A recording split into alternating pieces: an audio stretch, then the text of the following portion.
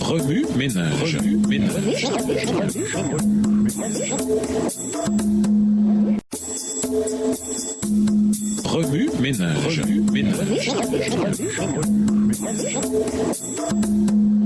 Bienvenue à votre émission Remue ménage. Nous voilà à la leçon de lundi, dirigée à partir de la base.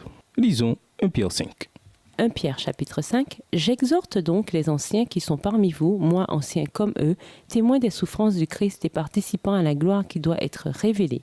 Faites paître le troupeau de Dieu qui est avec vous, non par contrainte, mais volontairement selon Dieu, ni pour un gain sordide, mais de bon cœur, non en tyrannisant ceux qui vous sont confiés, mais en devenant les modèles du troupeau. Et, lorsque le souverain pasteur paraîtra, vous remporterez la couronne incorruptible de la gloire. De même, jeunes gens, soyez soumis aux anciens dans vos rapports mutuels, revêtez-vous tous d'humilité, car Dieu résiste aux orgueilleux, mais il donne sa grâce aux humbles. Humiliez-vous donc sous la puissante main de Dieu, afin qu'il vous élève en temps voulu. Déchargez-vous sur lui de tous vos soucis, car il prend soin de vous. Verset 8. Soyez sobres, veillez, votre adversaire le diable rôde comme un lion rugissant, cherchant qui dévorer.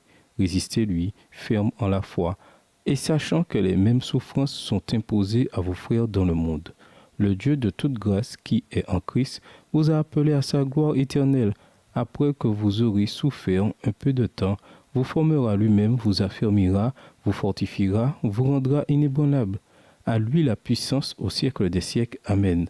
C'est par le fidèle frère Sylvain que je vous écris ces quelques mots pour vous exhorter et pour témoigner que telle est la véritable grâce de Dieu à laquelle vous êtes attachés. L'élu qui est à Babylone vous salue, de même que mon fils Marc. Saluez-vous les uns les autres par un baiser d'affection. Paix à vous tous qui êtes en Christ.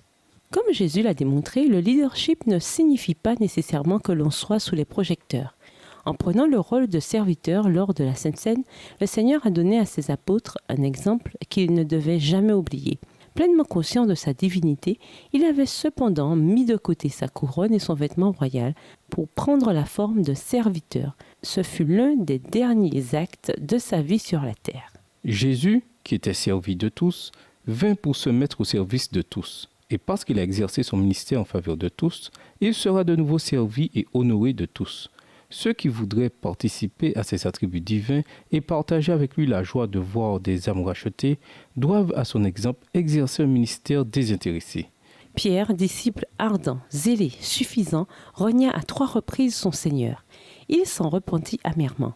Mais son exemple devrait nous mettre tous en garde contre la suffisance et la propre justice.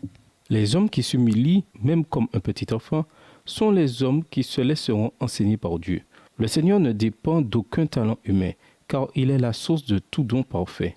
L'homme le plus humble, s'il aime et craint Dieu, possède les dons du ciel. Le Seigneur peut utiliser un tel homme parce qu'il ne s'efforce pas de travailler selon ses propres critères. Il travaille avec crainte et tremblement, de peur d'abîmer le tableau. Sa vie est une expression de l'œuvre du Christ. Pour posséder l'esprit du Christ, nous devons constamment chérir un esprit de douceur et d'humilité. Remue ménage, le caractère passionné de Pierre va à l'encontre du comportement de serviteur. Comment pouvons-nous suivre l'exemple du Christ, d'un leadership serviteur dans notre monde, tout en étant passionné pour la justice et en restant fidèle à nos croyances? La vision moderne du leadership, particulièrement en milieu de travail, exalte et idolâtrie souvent ceux dont le leadership est égocentrique et dominateur.